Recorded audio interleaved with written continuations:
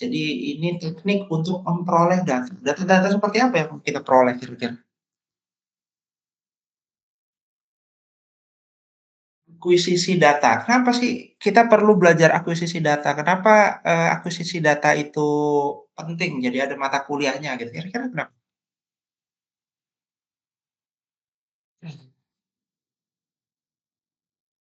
Salah lagi masih agitator. Agitator nih salah nih masih dari slide lama.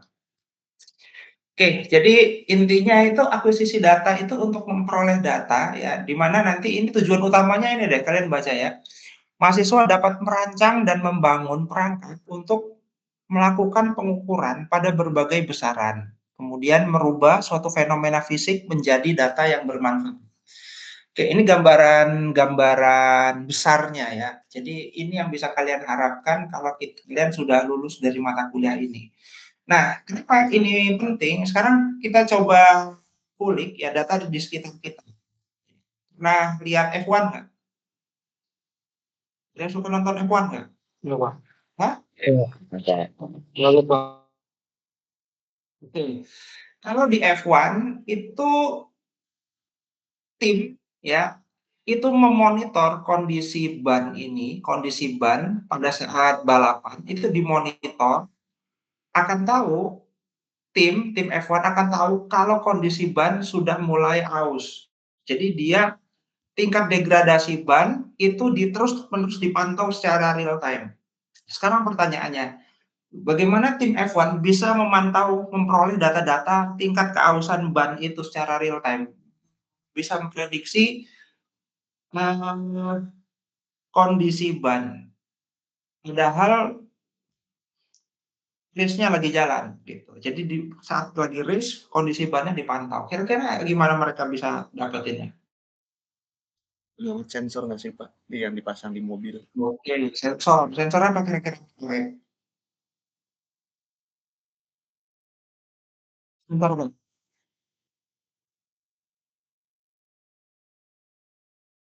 Sensor apa yang dipakai? Benar ya. Jadi ini benar ya.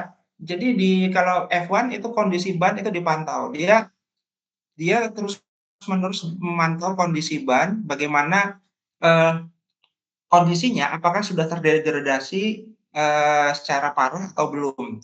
Nah, bagaimana mereka bisa tahu? Mereka memasangkan sensor ya, sensor suhu gitu ya di sisi bagian luar. Di sisi bagian luar dia memakai infrared. Kemudian di sisi bagian dalam dia ada di bagian dalam di sisi depan bagian dalam juga dipasang suhu juga, sensor suhu di 2 titik gitu ya, ada di bagian luar dan di bagian dalam. Kalau misalnya sensor tersebut suhunya itu kalau yang normal, mana yang lebih panas? Yang luar apa yang dalam? Kira-kira kalau lagi balapan, mana yang lebih panas, sisi luar apa sisi dalam? Luar Pak. Luar, Pak. Oh, bagian luar. Bagian luar ban itu akan selalu lebih panas. Jadi selisih antara kalau misalnya selisih antara luar sama dalam itu kecil, berarti apa? Berarti berarti kalau misalnya selisihnya kalau normal ya, berarti bannya masih tebel nih. Makin lama kan makin tipis ya. Kalau tipis, maka selisih selisih suhunya dari luar dan dalam semakin tinggi apa semakin kecil? Tinggi, Pak. Semakin tinggi. Selisihnya semakin besar. Selisihnya. Semakin kecil Pak. Ya, semakin kecil. Kenapa? Kan bannya yang luar semakin tipis. Terus yang di dalam, jadi istilahnya kalau misalnya ada benda tipis gitu ya, benda tipis, suhu di bagian dalam, kalau misalnya yang sisi luarnya kena panas, kalau benda yang tebal kan relatif lebih dingin yang sisi bagian dalamnya gitu. Jadi selisihnya karena temperatur tinggi dan rendahnya ini yang di dalam dingin, maka temperaturnya selisihnya besar. Tapi kalau temperaturnya itu semakin kecil, berarti dia dia diperkirakan ya bannya ini sudah dalam kondisi yang kurang baik gitu, karena selisih antara temperatur sisi dalam dan sisi yang di luar dia rendah. Nah gitu, jadi itu ini data-data ini penting ya, penting pada saat balapan agar, apa namanya, si driver-nya itu ya bisa tahu kapan waktunya untuk ganti ban dan seterusnya, sehingga tidak terjadi kecelakaan atau insiden yang tidak diinginkan. Nah, itu baru satu data aja. Data apa lagi yang ada di situ, di mobil? Di situ ada juga data bahan bakar ya, bahan bakar masih berapa, kemudian ada tekanan angin juga ya. Nah, itu data-data penting yang ada di mobil F1. Nah, oke, ini tadi ya mulai tergambar ya, kenapa di mesin-mesin, perangkat-perangkat permesinan gitu, kita perlu data-data seperti ini ya. Karena kita perlu memantau kondisi-kondisi mesin secara real time itu dengan menggunakan berbagai perangkat yang akan kita pelajari pada mata kuliah ini gitu. Nah, sekarang contoh kedua nih. Contoh kedua ya. Ini gambar apa? Kabin pesawat, Pak. Ya, kabin pesawat ya. Ini banyak instrumennya ya. Instrumennya ini banyak sekali yang ada di sini. Salah satunya itu mengukur ketinggian ya, ada ketinggian pesawat. Nah, bagaimana dia bisa tahu ya ketinggian pesawat ini ya, ketinggian pesawat. Sensor di sini dia memantau ketinggian pesawat. Nah, ketinggian pesawat ini sebetulnya yang dipantau dari ATC ya. ATC mengirimkan mengirimkan apa namanya sinyal ya, mengirimkan sinyal, kemudian dia menerima ya, menerima sinyal instrumen yang ada di kokpit, menerima sinyal tentang kondisi pesawat dari ATC. Jadi RTC itu air traffic air traffic control. Dia yang menginfokan kepada pesawat untuk jadi pesawat itu ada jalurnya ya. Ada jalurnya yang harus dia lewati. Jadi ada penamaan jalur-jalurnya, misalnya pesawat pesawat Lion JT sekian sekian sekian terbangnya di ketinggian sekian. Kemudian pesawat Garuda terbangnya di ketinggian sekian, terus jalur yang dilewati jalur nomor ini gitu. Jadi ada nama jalur-jalurnya. Jadi supaya tidak bertabrakan ya pesawat yang satu dengan yang lain, ya, maka dipilih jalur-jalur pesawat eh, yang terstandar. Nanti yang mengatur mana lewat mana, pesawat mana yang lewat mana itu adalah air traffic control. Nah, di air traffic control dan juga yang ada di kokpit pesawat, ini juga banyak sekali instrumen-instrumen yang membaca data kondisi-kondisi real time pada mesin gitu. Jadi bayangkan kalau misalnya data-data ini tidak ada gitu. Bagaimana sulitnya pilot gitu ya mengendarai pesawat jika dia tidak disupport oleh data-data yang ada di kokpit ini ya. Kondisi tekanan angin, kondisi kalau bukan tekanan angin ya, angin, kemudian apa namanya gaya dorong pada turbin dan seterusnya ya, gaya angkat. Dan ini banyak ya, banyak sekali instrumennya kan ini ribet. Nah ini data semua ini data. Nah, bagaimana mereka memperoleh data-data ini gitu ya, menjadi sesuatu yang bermanfaat. Ya, ini dengan hanya menampilkan data ini kita bisa pilot itu bisa mengambil manfaat dari situ. Ketika tekanan angin misalnya terlalu besar dari arah kanan gitu, pesawatnya dibelokkan sedemikian rupa sehingga dia apa namanya dia berada pada kondisi pesawatnya berada pada kondisi yang stabil menyesuaikan dengan arah angin yang dilaluinya gitu. Nah, ini contoh contoh kedua tentang data-data yang ada di sekitar kita ya, data-data yang ada di sekitar kita. Nah, oke, ini contoh lagi ya. Nah, ini pertanyaan yang ketiga. Bagaimana sistem radar bisa mendeteksi adanya suatu objek ya, suatu objek. Nah, ini ada radar ya mendeteksi suatu objek. Kalau nggak salah kemarin di Mekatro juga ada yang bikin radar-radaran ya, radar-radaran pakai pakai apa? Pakai ultrasonik ya. Nah, oke. Tapi yang skala kecil aja gitu ya. Jadi bikin sistem radar mendeteksi keberadaan suatu objek. Bukan hanya mendeteksi, dia bisa memprediksi objek itu ada di posisi mana gitu. Dari pusat radarnya. Dan itu memungkinkan gitu ya. Jadi ada sistem radar yang bisa mendeteksi objek yang masuk ke suatu area tertentu. Dan ini radar adalah salah satu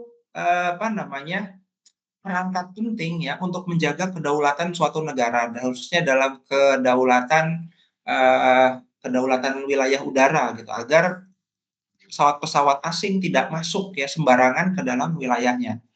Ya, ya bayangkan kalau misalnya Indonesia ini ya tidak punya sistem radar yang cukup gitu ya, tapi kira-kira sistem radar kita bagaimana lah ya.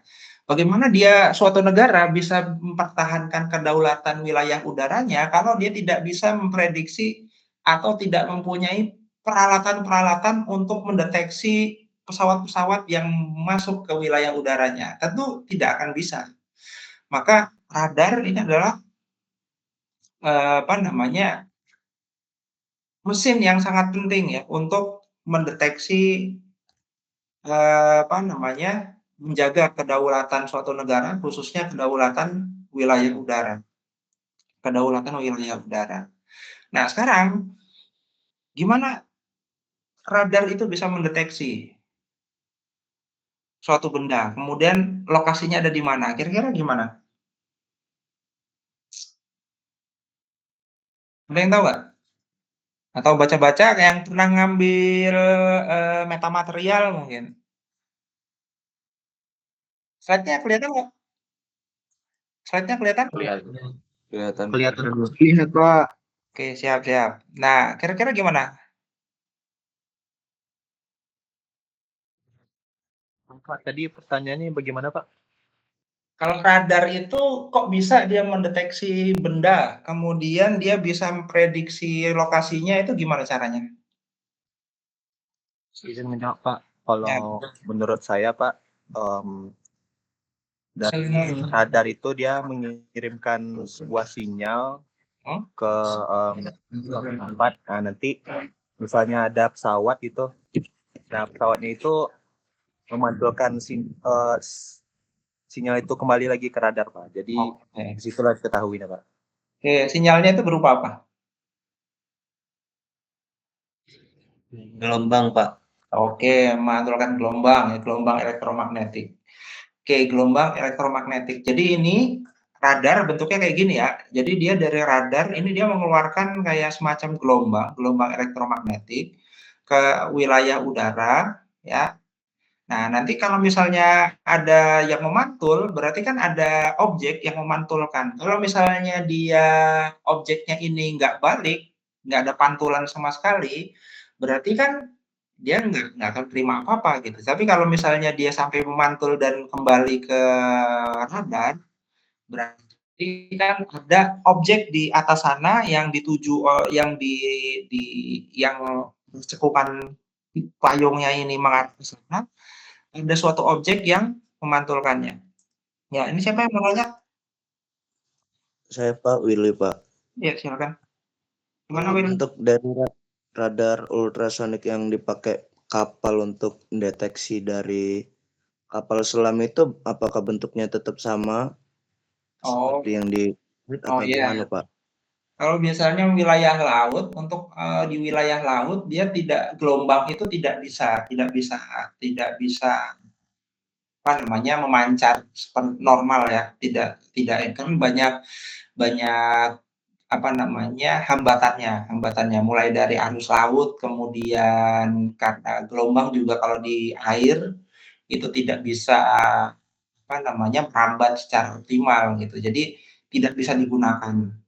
Lalu misalnya untuk mendeteksi yang ada di bawah laut, biasanya yang dipakai itu bukan gelombang elektromagnetik gitu ya, tapi pakai sonar. Kalau tahu sonar ya, dia berbasis suara. Dulu pakai sonar, dia itu dulu itu terinspirasi dengan komunikasi hewan-hewan laut gitu ya, khususnya lumba-lumba gitu ya. Dia menggunakan semacam suara gitu. Nah, suara ini bisa menyebar dalam jangkauan yang sangat besar gitu ya di bawah laut. Jadi untuk komunikasi bawah laut itu biasanya pakai sistem sonar gitu. Tapi masalahnya sonar juga ini sulit gitu ya untuk diterjemahkan ke sinyal digital gitu. Jadi dia kalau misalnya dia nggak bisa Nanti kita bicara tentang sinyal digital ya, sinyal analog gitu ya, sinyal analog. Dan dia untuk komunikasi bawah laut ini ya memang masih banyak kendalanya ya, banyak kendalanya. Termasuk tadinya saya juga mau buat S3 itu mau penelitian tentang itu tuh, penelitian tentang pengembangan drone drone bukan drone, ya semacam drone lah, tapi drone-nya yang ada di kapal selam, bikin kapal selam mini gitu ya, yang bisa di bawah laut gitu. Nah, jadinya mau main ke situ sih. Nah, ya intinya pakai sonar gitulah kalau di bawah laut, bukan pakai gelombang elektromagnetik. Gimana Wil? Mau tanya lagi nggak? Cukup, Pak. Oke, siapa lagi nih? Jonathan nih. Jonathan Tobing, gimana? John? Izin bertanya Pak, terkait ya sistem radar ini kan katanya memantulkan sinyal gelombang elektromagnetik. Itu gimana Pak? Ada beberapa pesawat kan yang atau objek udara yang tidak radar itu sistematis kerjanya gimana Pak? Atau bentuk pesawat itu mempengaruhi juga Pak? Betul. Jadi bentuk pesawat itu mempengaruhi. Jadi kalau apa namanya? Sekarang pernah belajar tentang pemantulan gelombang nggak? Pemantulan gelombang, gelombang itu bisa memantul kalau dia strukturnya gimana ya? Saya bikin gini ya. Kalau masih ingat ya, nah, saya cari whiteboard-nya ya. Whiteboard. Masih whiteboard-nya. Whiteboard. Udah lupa lagi mana whiteboard-nya ya. Wait. Nah, saya cariin whiteboard dulu ya. Ada whiteboard-nya nggak di sini ya? Ada whiteboard deh. Ini aja lah, pakai ini aja lah. Pakai apa ya? Ya, pakai ini aja nih. Pakai pen aja lah. Pen saya mana ya?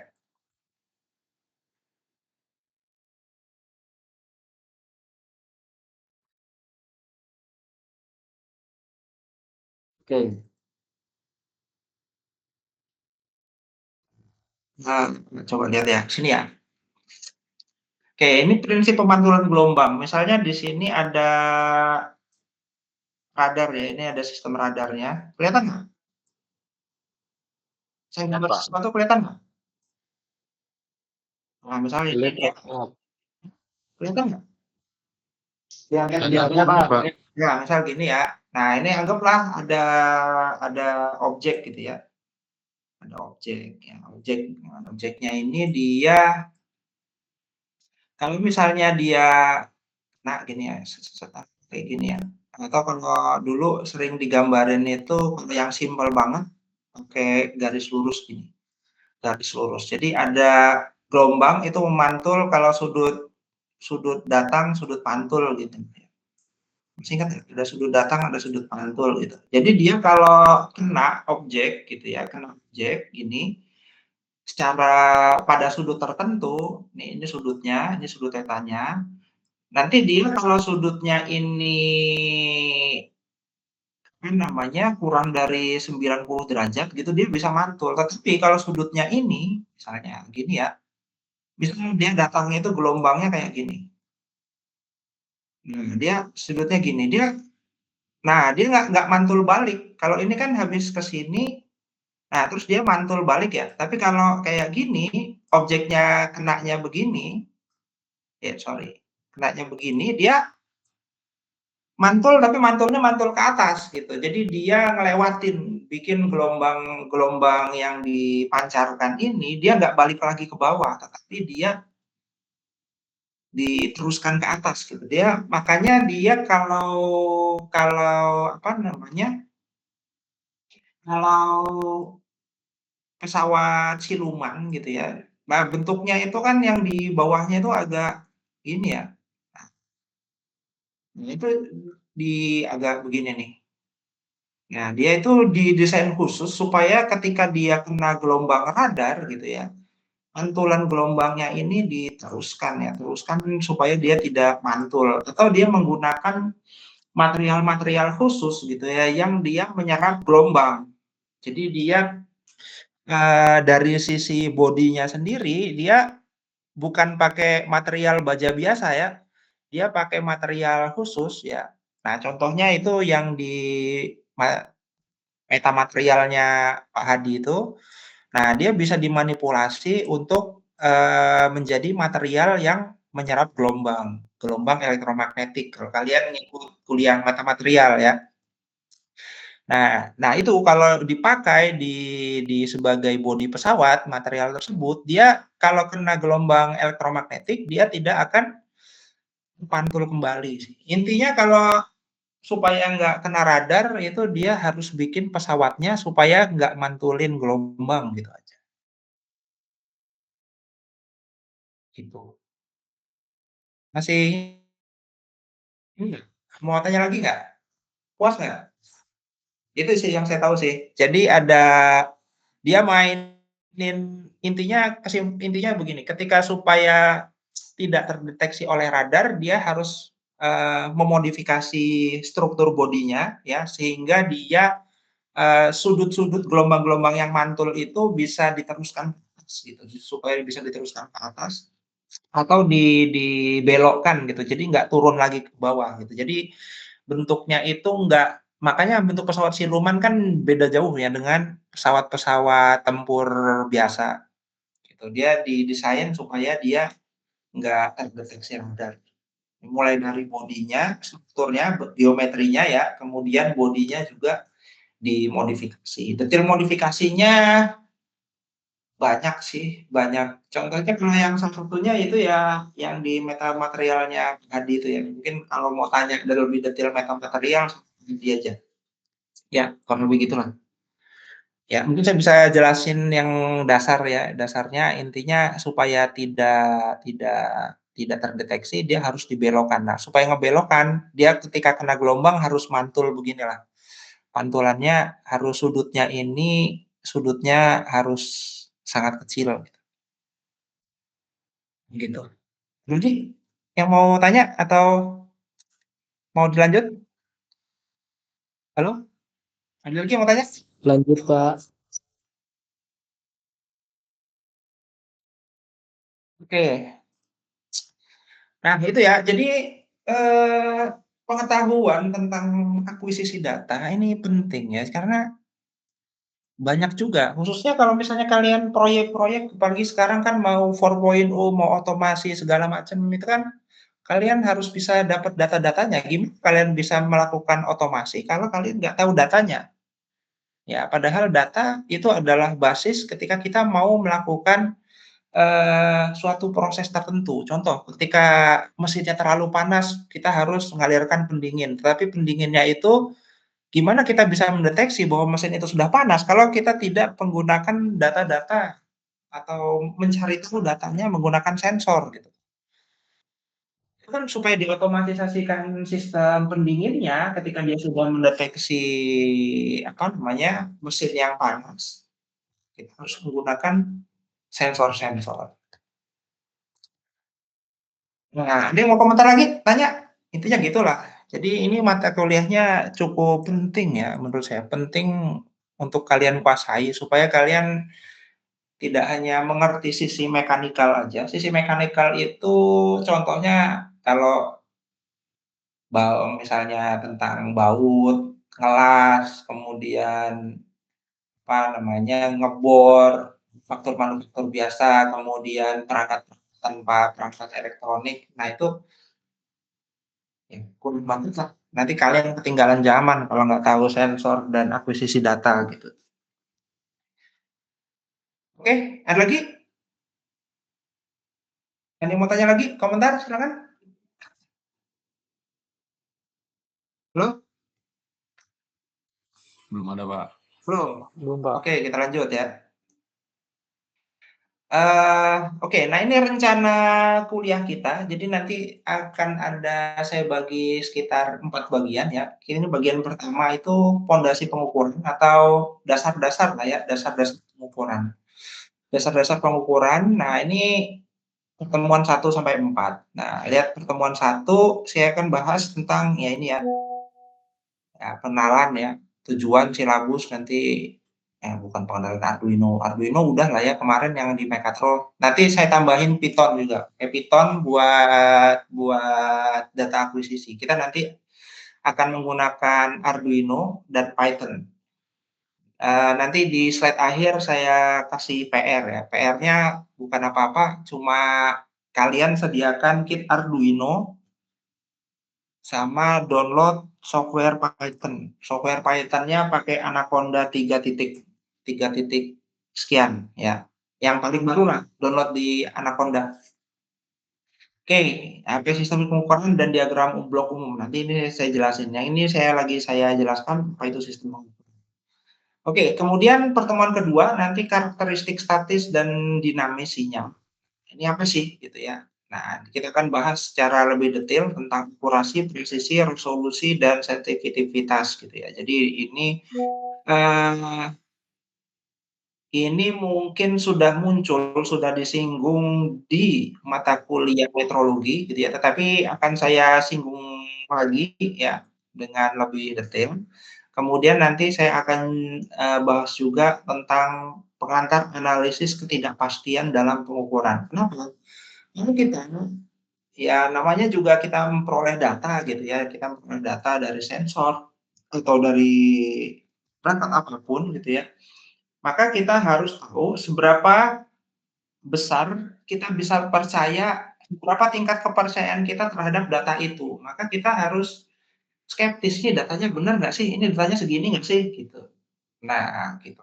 Jadi kita ada analisis ketidakpastian. Jadi namanya nanti ada error kan. Data itu akan punya error, tetapi apakah data itu bisa kita percaya gitu. Kita lihat errornya besar atau tidak. Nanti error itu juga ada banyak jenisnya. Ada error random, ada error sistemik dan seterusnya. Jadi tapi kita tidak akan bahas secara detail banget ke situ ya. Kalau kita main ke sini nanti kita kebanyakan malah jadi kuliah statistik jadinya ya. Jadi ini sebetulnya ada bagian statistiknya loh, ya. Tapi saya hanya singgung sedikit di sini, untuk perkenalan saja, dan tidak akan saya bahas mendetail karena saya akan lebih banyak bahasnya itu akuisisi datanya ya, bukan statistik. Di sini nanti kita akan bahas sedikit tentang statistik, sedikit aja, tentang statistik dan ketidakpastian dalam pengukuran. Oke, kemudian yang ketiga nanti kita akan bahas prinsip sensor dan transducer ya, sensor dan transducer. Fungsi sensor, transducer nanti kita akan bahas. Kemudian cara kerja sensor dan pemilihan sensor yang tepat. Jadi kita belajar ini, kemudian nanti kita akan fokus ke sensor suhu. Sensor suhu yang kita gitu ya, thermistor sama thermocouple. Nah, nanti juga kita akan bahas yang sensor tekanan. Thermistor, thermocouple lah, paling nggak thermocouple ya, thermistor, ya kita lihatlah nanti ada nggak alatnya ya. Kemudian nanti yang keempat gitu ya, ini masih bahasan tentang sensor ya, tapi kita ini beda apa namanya, beda sensor. Jadi di pertemuan 3 dan 4 nanti kita bahas sensor ya. Di sini yang pertemuan 3 sensor suhu, yang di sini strain gauge, kemudian LVDT, kemudian accelerometer, kemudian pengenalan ya, dan persiapan praktikum atau aktivitas ya, aktivitas lab. Nanti saya coba pakai lab RIA ya rencananya, mau pakai lab RIA. Tapi pertemuan keempat itu ya saya cobalah, nanti saya coba ke lab RIA ya, lab RIA supaya kita bisa pakai alatnya di sana. Oke. Nah itu termasuk keempat, kemudian yang bagian 2 yaitu pengolahan sinyal gitu ya, nanti sekalian UTS. Nah di sini, nah sini pertemuan 5 kita bahas tentang pengkondisian sinyal. Nah pengkondisian sinyal ini apa sih? Gini ya. Nah sinyal yang diperoleh dari sensor itu harus diproses. Kenapa harus diproses? Contoh, kalau kalian pakai thermocouple ya, kalau thermocouple itu biasanya ketika perubahan yang ada, kalau termokopel kan cara kerjanya, kalau dia dikasih panas, dipanasin ya, ujung termokopelnya, maka dia akan mengalir terus ya, mengalir tegangan listrik pada termokopel tersebut. Nah, tegangan ini yang mau dibaca. Masalahnya tegangan ini yang muncul oleh termokopel ini, tegangannya sangat sangat kecil ya. Sekitar milivolt lah, milivolt. Jadi 0,0000. Ya, jadi dia 0,001 volt. Nah, itu kan tegangannya sangat kecil.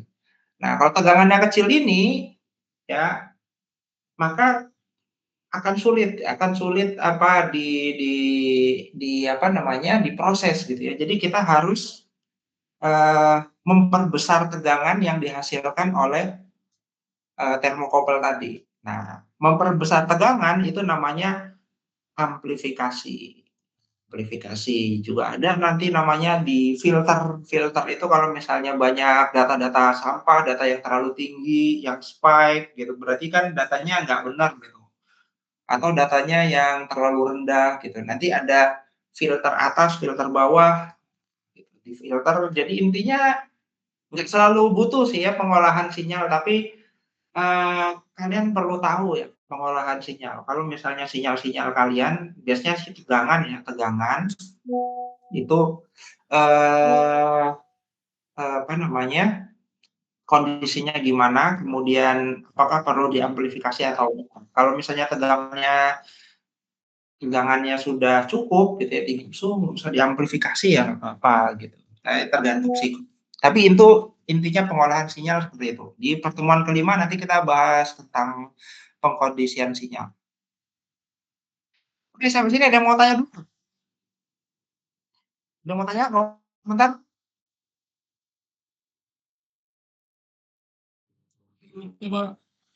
Oke, selanjutnya di pertemuan 6. Nah, ini masih pengkondisian sinyal gitu ya, tetapi di sini tentang teknik filter. Filter itu berarti dikasih saring gitu ya, datanya disaring. Nah, disaring itu ada dua, ada yang low pass tadi ya, yang data disaring yang tinggi, yes, yang rendah, kemudian yang high pass filter. Nah, bikin filternya, gimana sih bikin rangkaian filter? Kita bahas di pertemuan ke-6. Strategi praktik mengurangi draw. Draw itu noise lah ya. Bahasa Indonesianya noise itu gangguan. Gangguan juga draw. Draw. Draw elektrik. Draw elektrik itu gangguan elektrik lah. Ini kalau gangguan terlalu umum. Sini kayaknya dari. Oke, di pertemuan ke-7 nanti kita bahas ya semacam kuis ya, semacam kuis atau tanya jawab singkat kalau misalnya pra UTS lah ya, pra UTS. Kalau misalnya nanti ada materi-materi yang kurang, mungkin saya misalnya nggak selesai gitu. Misalnya pengkondisian sinyal nih udah pekan ke-6 belum kelar, nah, saya pakai di 7 ya. Ya ini bisa ini bisa apa namanya, pertemuan cadangan kalau misalnya materi-materinya ternyata nggak kejar gitu yang di pertemuan 1 sampai 6 tadi. Oke, yang ke-8, pertemuan 8 kayak biasa UTS, kemudian nah ini ya cakupannya dasar-dasar ya, kemudian sensor dan pengkondisian sinyal. Jadi UTS-nya sampai pengkondisian sinyal. Kemudian yang pertemuan 9 sampai 12, nah ini baru nih kita bicara perangkat kerasnya. Ya, kita perangkat kerasnya ADC, analog to digital converter. Sekarang di sini kita bicara nih mulai nih, ada sinyal analog, ada sinyal digital. Sinyal analog sama sinyal digital. Sinyal analog itu apa sih? Tahu sinyal analog nggak? Tahu sinyal analog? Sinyal yang masih bekerja secara mekanikal, Pak. Mekanikal. Ya, secara mekanikal itu apa?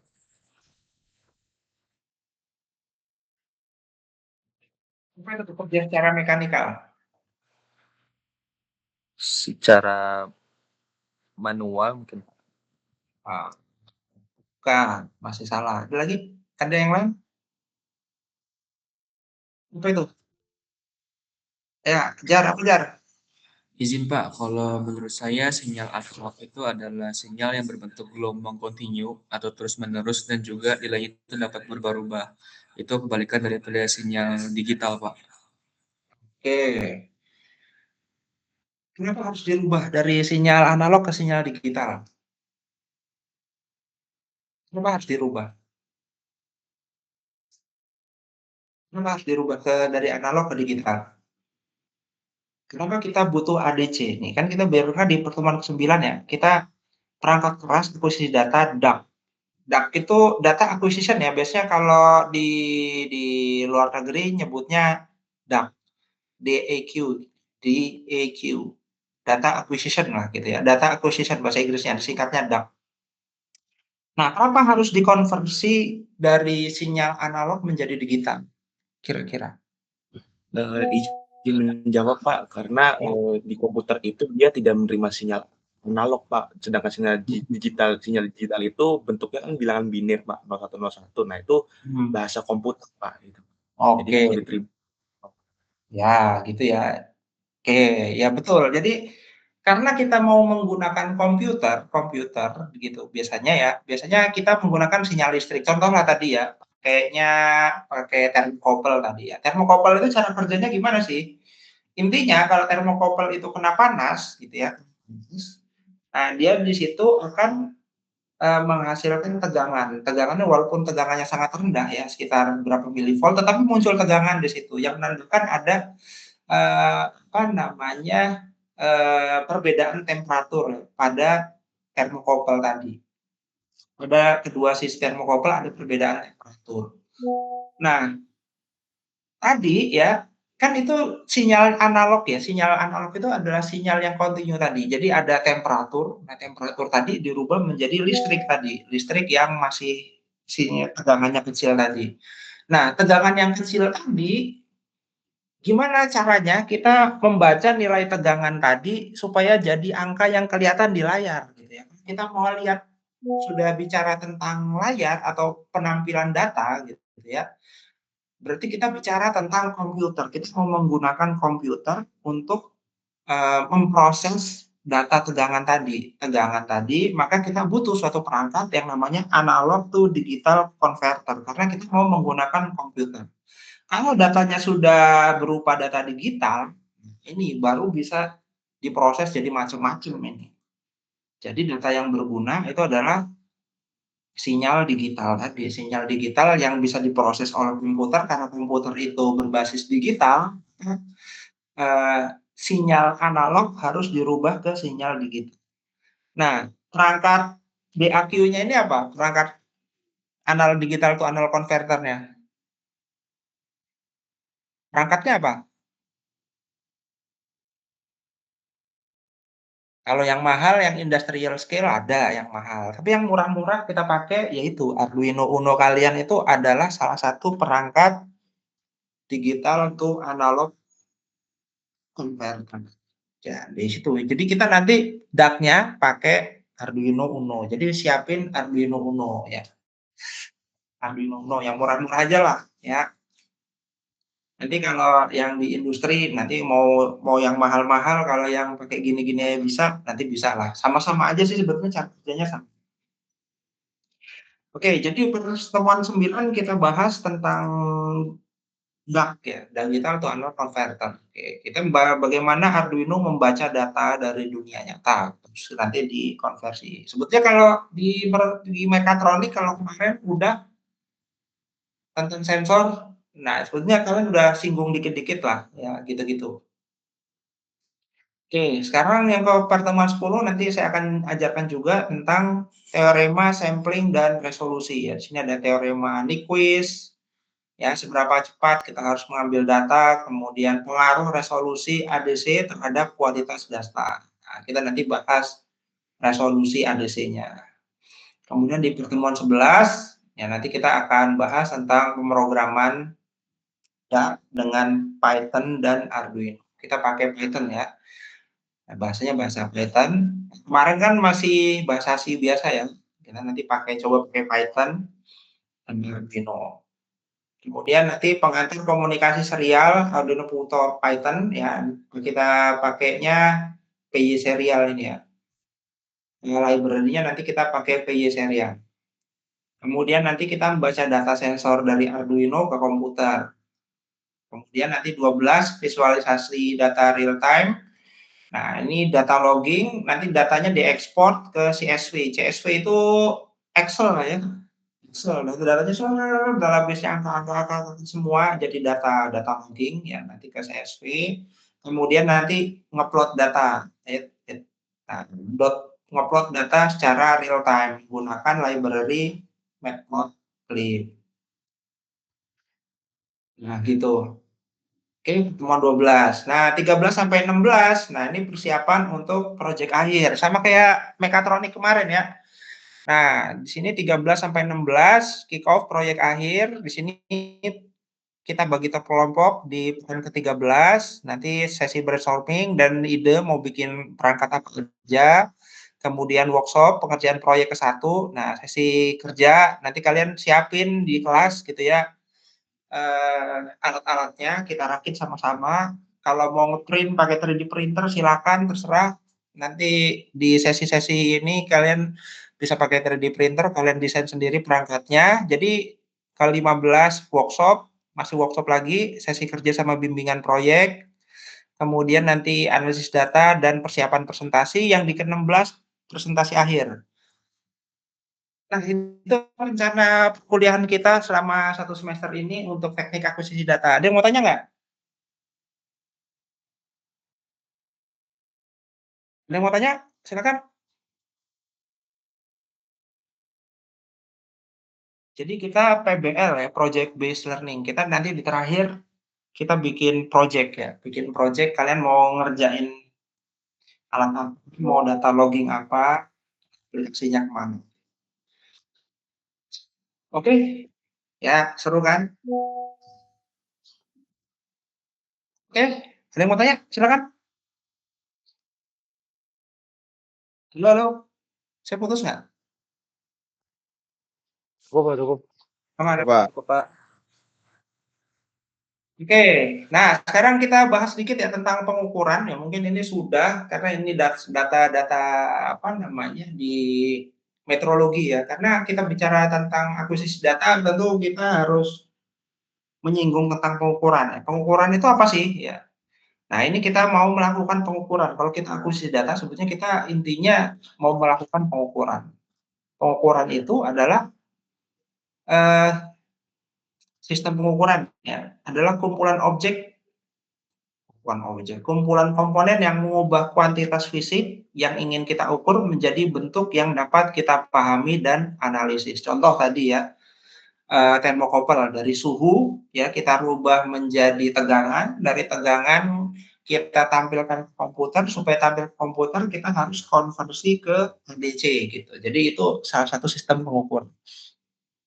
Nah, kalau kita bicara tentang DAQ atau akuisisi data, maka kita harus bahas tentang ini ya.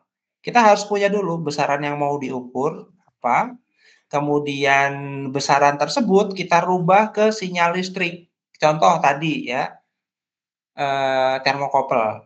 Begitu juga sensor tekanan atau sensor jarak gitu ya. Jadi dirubah dari apa namanya, sensor. Kemarin kalian sudah pakai sensor infrared, ada yang pakai sensor infrared, ada yang ultrasonik. Nah, itu kan mengubah ke sinyal listrik ya. Kemudian nanti di pengkondisian sinyal kalau butuh ya, kalau nggak butuh ya nggak usah. Ya, tapi biasanya sih butuh ya pengkondisian sinyal. Nah, pengkondisian sinyal ini apa? Ada amplifikasi, filter, kemudian proteksi, diproteksi. Nanti proteksi sebetulnya proteksi perangkat sih ya, proteksi perangkat. Ya, yang untuk pengkondisian sinyal biasanya antara amplifikasi atau filter. Kemudian nanti datanya ketika sudah diamplifikasi atau sudah difilter, nah dirubah menjadi data digital. Jadi menggunakan ADC. Nah, di ADC nanti ada yang namanya sampling, ada multiplexing. Nanti kita bahas lah ini multiplexing. Kemudian habis itu kita sudah dapat datanya yang udah di komputer. Nah, ini nih baru kita bisa manfaatkan datanya mau diapain nih.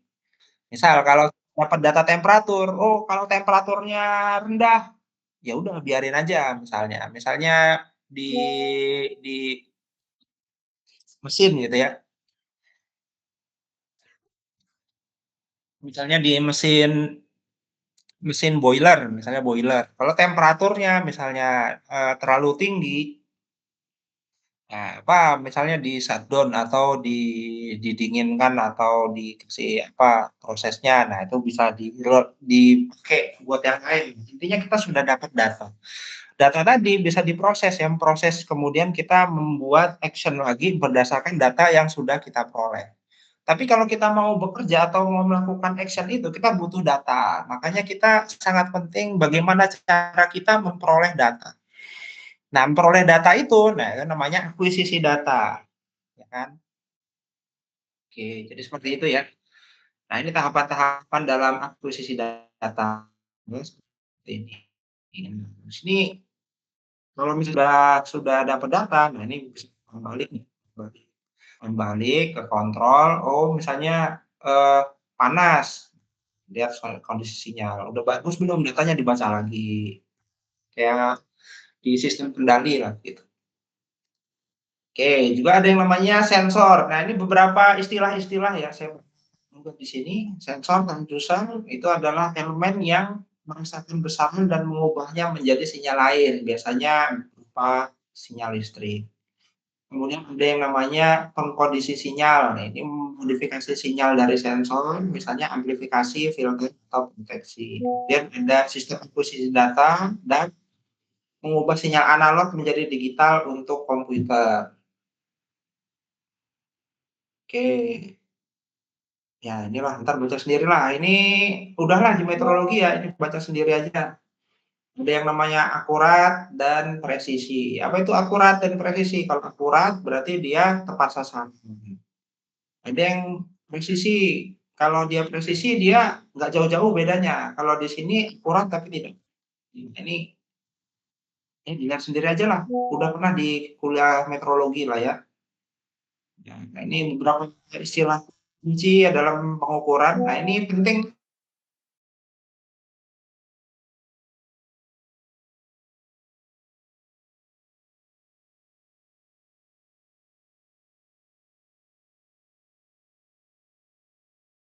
Penggaris, kalau penggaris tuh ada yang ininya milimeter, ada yang sentimeter. Atau kalau yang paling penggaris kan paling kecil biasanya milimeter ya kan. Kalau apa namanya? Kalau pakai sigmat atau kaliper itu bisa sampai 0,001 mili di situ. Nah, di situ ya, perubahan terkecil yang bisa dideteksi ya oleh alat ukur kita disebut dengan resolusi. Nanti kita bicara tentang resolusi pada berbagai jenis sensor. Jadi intinya resolusi itu. Kemudian sensitivitas. Sensitivitasnya itu adalah rasio perubahan output terhadap input. Ya, nanti ini saya inilah kasih intinya rasio itu perbandingan. Kalau outputnya kalau misalnya sensitif, maka kita misal tadi ya, kita rubah sedikit, outputnya berubah banyak, berarti dia sensitif banget. Kalau misalnya kita outputnya itu udah inputnya kita naikin banyak, tetapi outputnya itu nggak banyak berubah, berarti sistemnya nggak sensitif gitu ya. Jadi kalau semakin banyak outputnya itu berubah terhadap perubahan yang kecil, maka dia kita sebut sistemnya sensitif. Jadi ada sensitivitas, kemudian ada juga yang namanya error. Error ini apa? Error itu adalah selisih antara nilai terukur dan nilai sebenarnya. Nah, nanti juga ada yang namanya error itu, yang sudah saya singgung, ada error sistematis, ada error random. Nanti kita bahas ini di pekan kedua besok ya, yang sedikit tentang apa namanya statistik ya, statistik. Tapi